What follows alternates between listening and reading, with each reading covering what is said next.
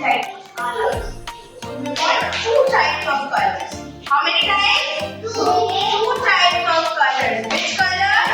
One is shade and tint. Children, do you know what is tint?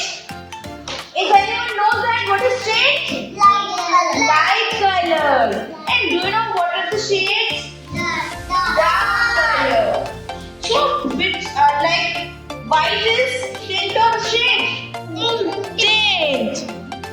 And can you tell me? It is shade or tint? It is shade or tint? Shade. Very nice. So let's start. Okay. So first we have little bit red color. Which color we have taken? Red color. Which color is this?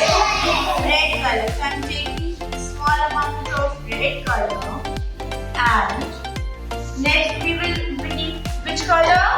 Which color we need? White. So we'll pick some white color.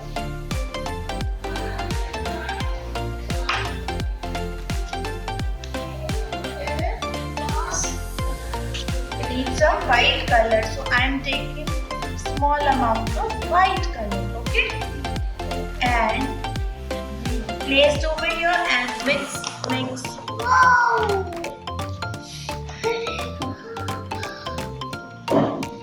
So I think we need more white color.